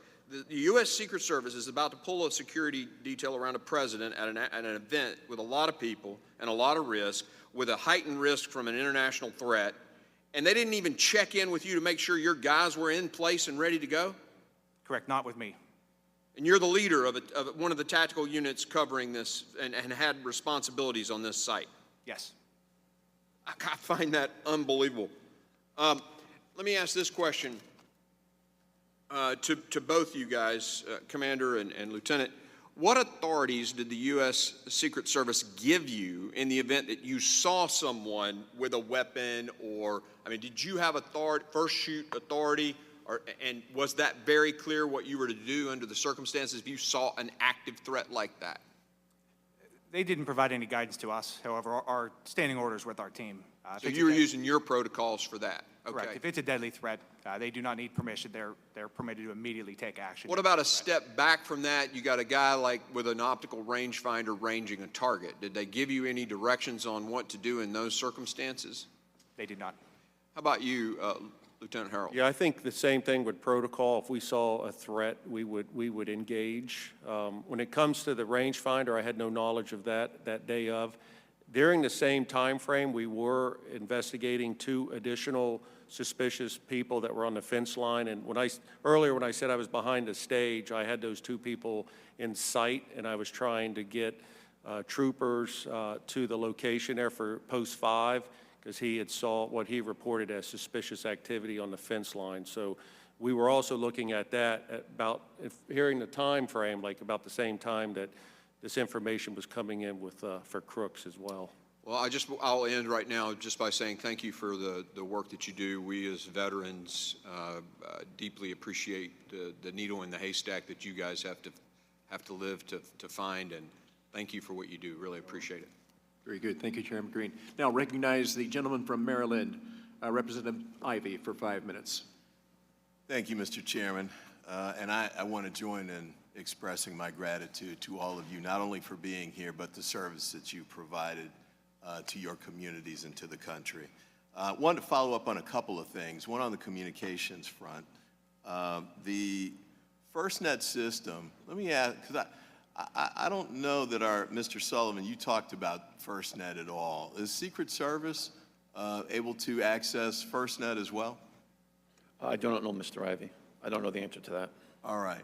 Do any of you know if on the day of July 13th, the Secret Service was connected to FirstNet at all? I have no information of that, if they were or not. In the walkthrough and the meetings prior to July 13th, were there any discussions about how communications would be had on the day of July 13th? I know that Secret Service, when the county had referenced their mobile command post on Monday. So I think that's how that was integrated into the rally. So during Thursday meetings with Secret Service, the command post was established at the Farm Show office, the main office there coming through the main gate. So I knew that they were going to have, or Secret Service said they were going to have their representative there, and that's where we opted to put our sergeant in the command post with Secret Service. There were some communications with portables and the radios, but nothing with FirstNet cell phones. All right, so we had communications with, Commander, you mentioned, I forget the name of the channel, but one of the channels that you used, right? You had people using cell phones, I guess for direct calls and for text communications? Yes. Yes. All right, and then you had multiple other radio channels that were being used. Yes. Is that right? And some people were using FirstNet and some weren't. Is that all fair? Correct, yes. All right, and then you had two separate command posts or communication that had communications going through them. Is that right? Yes. So I saw a series of text messages, I think related to spotting the man on the roof who ended up being Crooks. And it was texted because I guess the person who sent the text was uncertain that the radio communications would get to who they had to get to. So were you aware, Commander, that the text messages were being sent on July 13th? Depending, I definitely knew text messages were being sent. In fact, that's how I got the picture of who we were looking for, so that I could then forward that to the state police sergeant that was in the Secret Service Command Center. All right, and on July 13th, was there a way to relay that photo directly to the Secret Service using, I don't know, whatever electronic means that you were in connection with the Secret Service with? I probably could have emailed it to them. Email, okay. However, the text message to... All right, but not exactly police the sergeant. emergency scenario that this entails. You see a man with, on a roof with a gun, a potential threat to the former president. You don't want to send email, you want to let him know immediately, right? Correct, and we did have a phone list for the different agents. However, I'd already been speaking with the sergeant in the command center for different things, and it was significantly easier and faster just to send it straight to him. All right, is it fair to say that this sort of emergency communications on that day hadn't been worked out in advance? Is that fair? Yes. All right, so this was sort of making it up as you go along on that day, not in a critical way, but you're just doing what you need to do to communicate with each other under the circumstances and under the time constraints that you had. Yes. All right. And I think clearly, Mr. Sullivan, you'd say that that approach to communications is unacceptable under any Secret Service protection scenario. Is Yes, that sir. fair? It's absolutely unacceptable. All right. Couple quick questions to you all. One of the things about resources, and Mr. Sullivan, I know you've talked about how thin Secret Service is stretched, and I share that view. And in fact, Congress passed additional appropriations to help address that. My immediate concern, though, is to get more agents up and running. Hiring new agents, as you pointed out, it takes years for a new agent to be prepared and trained to actually step into the role of protection for the president or other senior officials. Is that fair? Yes, once an agent is hired, it does take years, literally years, to get him or her up to speed to be assigned to that detail. One question I was just wondering about, recent retirees, is there a way that, recent retirees could come back who've been trained in this and have experience, and, maybe could be immediately available, at least till we get through, I would say, the inauguration cycle? Secret Service has a retired annuitant program, and there are many retired agents currently working, and they have an exemption so they could collect their salary as well as their annuity. Is that something that could be accelerated now to get more people into these The only roles? thing they could do is, right now, it's my understanding, there's an age 60 limit. If the Secret Service raised the limit, you may have more people available. But right now, it's my understanding you can't be older than 60 to be a reemployed annuitant. Okay, and I guess perhaps part of that is for the physicality of the role for people on the scene. But for people providing, for example, advanced leadership and guidance and recommendations, they could step into this role immediately. Would that be fair to say? They could. They also could step into the role of the protective intelligence investigations, which I think is a critical gap right now that needs to be addressed. We need to be able to investigate threats against the president thoroughly and completely. I appreciate that. And then lastly, let me end on this with respect to the site selection piece. I think, Lieutenant Harold, you testified that there had been a rally, I guess, in 2020 at the airport in the Butler area? That's correct. And that was, in your view, a safer site because it was totally... It was an active airport, so it was fenced in and restricted. So the entire airport is surrounded by a fence, so it would prevent a lot of unnecessary foot traffic or people driving their cars through. There's multiple entrances to the farm show. There's a back gate, there's a front gate. You can come through the hangars off the airport side. So there's a lot of areas to be able to access that venue. So looking just at site, the airport's more secured. And just when I stepped onto the Butler site, I went with Chairman Green the first time, the shots came from, I guess as the former president would have been facing, the shots came from the AGR building on the right. But I noticed that there was, I don't know, maybe 10 buildings on the left side of the stage as well, including some kind of rodeo stage or something along those lines. Is there other buildings up there? There were other buildings on site, and I believe that ESU had members in those, I guess it's. And as we allege, Adams continued to pursue foreign money in secret well into 2021. And it didn't stop with his first campaign for mayor. As we allege, in 2023, the mayor rekindled these corrupt relationships, seeking more Ease of protection, putting protection detail in place, Mr. Sullivan, would it be easier if the fewer rooftops you have, the fewer sites that would provide a possible shooting venue for a sniper or an assailant in this instance?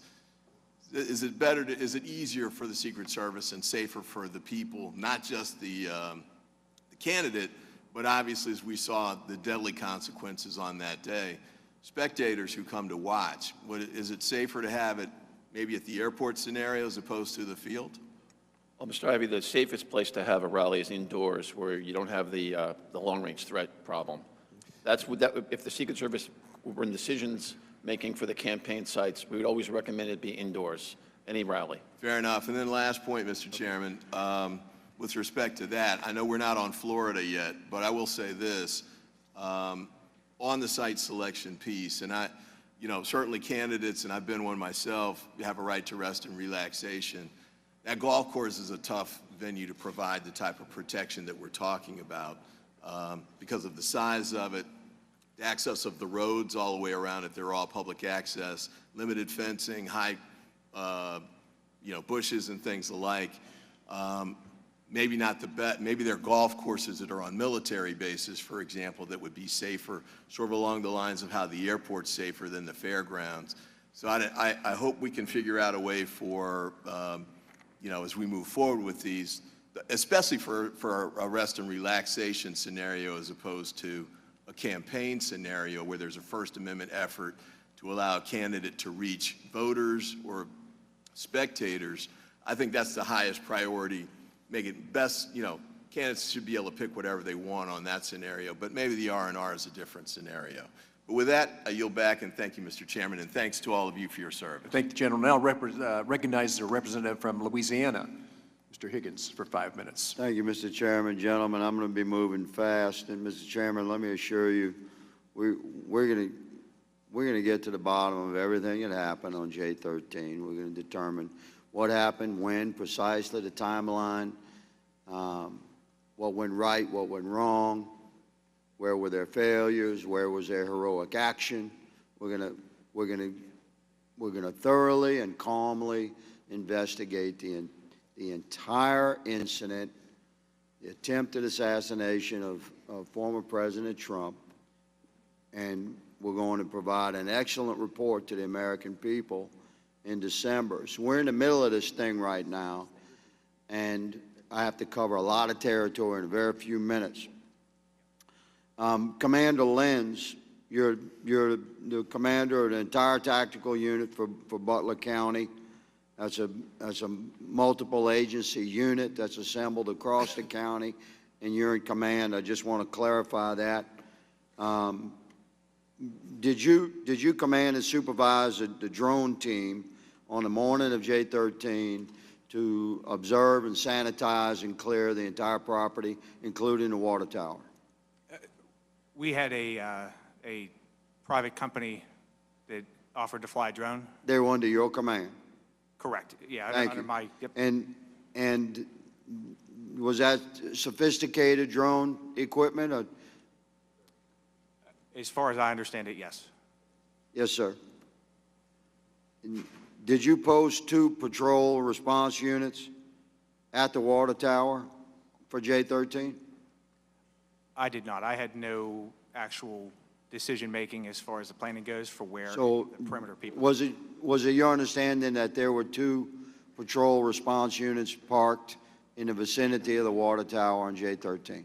I do believe at some point there were. Okay, that's what we're trying to get to. And was the water tower ladder, which is up to 25 feet, thank you very much. Regarding radio communications, in the pre-mission briefing, you were involved extensively in that in the couple of weeks prior to J13. That's my understanding. Yes. Thank you. Regarding radio communications with the visiting federal agencies with jurisdictional authority to protect the former president, the Secret Service, did Butler County ESU, your unit, provide particular radios for the Secret Service or set aside radios for the Secret Service? We did. You did. Did you personally call the Secret Service counter sniper teams and remind them to pick up their particular radios on the morning of J13? So I had spoken to them at the walkthrough and offered the radios. That was on Thursday. Correct. And then the day of the rally, our sniper team leader, when they did their face-to-face, he reminded them that the radios. Yes. Did they ever pick up those radios? They did not. And so those 2 counter sniper teams for the Secret Service were posted up on roofs. Because the northern counter sniper team, which ultimately did not take a shot on Crooks because their line of sight was blocked by a couple of trees. I believe then the southern counter sniper team, which ultimately did fire the killing shot at Crooks, they were up on roofs by themselves, correct? Yes. Mr. Sullivan, would have been helpful. You said it was absolutely unacceptable for there to not be direct radio communications. Would it have been helpful for the Secret Service to pick up the radios that the Butler County ESU had provided for them and reminded them to pick up?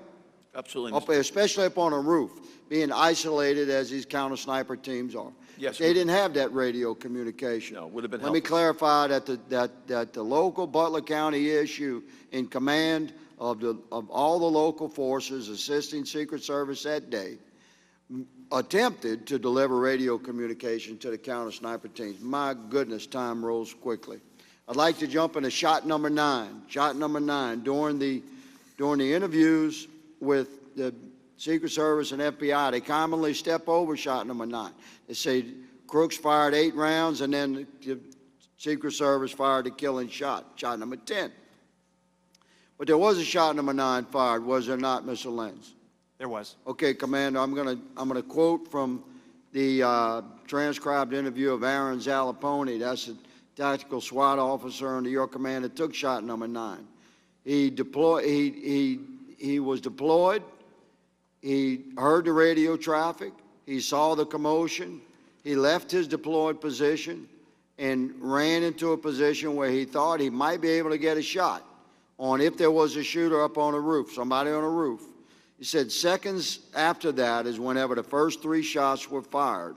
So I hear the first 3, crack, crack, crack. And at this point, I'm like, okay, where we at here? I look up, that's when I see Crooks. I got his head, his shoulders. I can see a rifle. At that point, I hear another crack. That's when I start pulling my weapon up. He gets 3 off. As I'm getting my target acquired, I'm getting my red dot up. I can see the gas emit from his barrel, his muzzle. Then right after that, I hear the snap of his 5th shot go off. Then immediately after that, I press one off, and that's when he immediately goes down. When I say goes down, it wasn't like he was ducking to get out of the way. I mean, I know I hit him. Like, there's no doubt about it. He goes down. He kind of jerks to the right, and then he slumps over slowly, and then kind of slowly rolls backward out of my field of view. So at that point, I did not have a second shot. At that point, he tries to recover. 2 seconds after that, the Secret Service, from a different vantage point, a higher vantage point, takes the killing shot. So my final question, if I may, to the doctor. Are you here with us, Doctor? Yes, I Dr. am. Goldschmidt. You stated, sir, and I know you're doing your best. You performed the autopsy. I've observed your work. I think it was very professional work, in my opinion. You stated that there was only 1 bullet wound. I accept that you had only 1 observable bullet wound. Are you there, Doctor? Yes, I am. Thank Yes, you I very am. much. Could the injuries on Crook's shoulders have been caused by a combined impact of Butler County ESU shot number 9 striking somewhere in the vicinity of the buttstock of Crook's rifle and some fragmenting from that impact? Could the injuries on Crook's shoulders have been caused by a combination of shot number 9 and shot number 10? Is that possible? No, I don't believe so. You don't believe it's possible. Does that mean it's possible? No, it's not possible. It's not possible. So I respect your testimony, but how would you determine if you removed only 1 fragment of a bullet? The FBI recovered no other bullets, that's our understanding, no other projectiles other than the partial projectile that you recovered from his shoulder. So you don't know where shot number 9 went, did you, Doctor? Correct. I do Okay. not. So is it not possible, you're saying it's not possible that shot number 9 went all the way through Crooks, and you had no way of knowing that because it was in the same wound that was further affected by shot number 10? You're saying that's not possible? The body, there was no evidence on the body of that occurrence. There you go, sir. That's different than impossible. Listen, thank you all for testifying today. Mr. Chairman, thank you for holding this first very important hearing. We shall do more, and we shall complete our work professionally. Thank you, sir. I yield. Yes, sir. Thank you. And you were correct. We will continue. Now recognize Ranking Member Crow for his comments. Thank you, Mr. Chairman, for calling this really important hearing. And I just wanted to take a moment to thank all of the witnesses here today. Your testimony was clear, was concise, was candid, and was very helpful for us in our first phase of the investigation to understand what happened, what didn't happen, what should have happened. You all didn't ask for this, and I know none of you wanted to be in this position, but you have handled yourselves professionally, and for that we thank you. I know you are serving your community, our country. We are proud of that service. We thank you for that service, and this task force will continue with this job of giving answers to the American people that they deserve, and also making sure that this incident, an incident like this, never happens again. So thank you very much, Chairman. Thank you, sir. Look, I want to thank you all for being here. I live with you. We live in the same place. We experienced the same thing that Saturday. I know how deeply wounded you were after that event, because the first time anybody pointed fingers at anybody, it was at local law enforcement. They didn't do their job. You being here today is a validation of what you did that day, your commitment to that day, and going over and above what you normally would have done. I know a lot of you there were there in 2020 when we did the rally at the Butler Airport. I get that. That time they said maybe 50,000 people. There was a problem, a huge problem. You guys did everything you were asked to do that day. You stayed your course. You did everything, everything. And I want to thank you for coming here today, that the public can hear what happened that day, and you can answer questions that were very relevant to that. Thank you so much for your commitment. Appreciate it all. Thank you all. Now, without objection, members have 5 days to submit additional materials and written questions for the witnesses to the chair, which will be forwarded to the witnesses. I ask the witnesses to please respond promptly. Now, we'll now pause to allow the witnesses for our second panel to come forward. Thank you. We're going to take about a 10-minute break.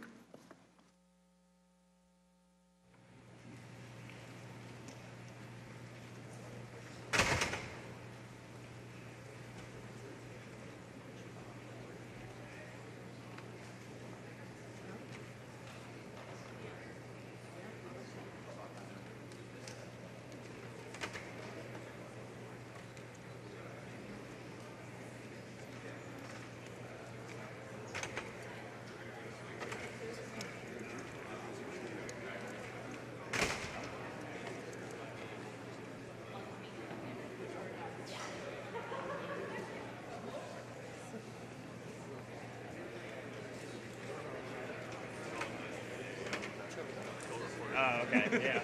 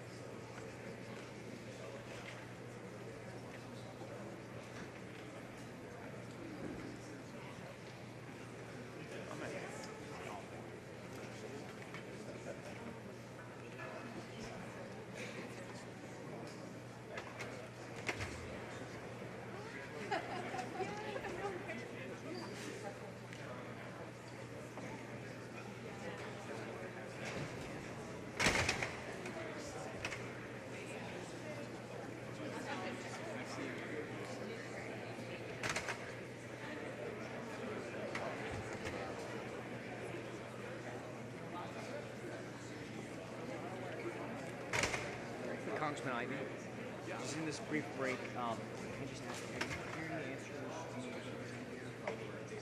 I think we're getting there. I think the Secret Service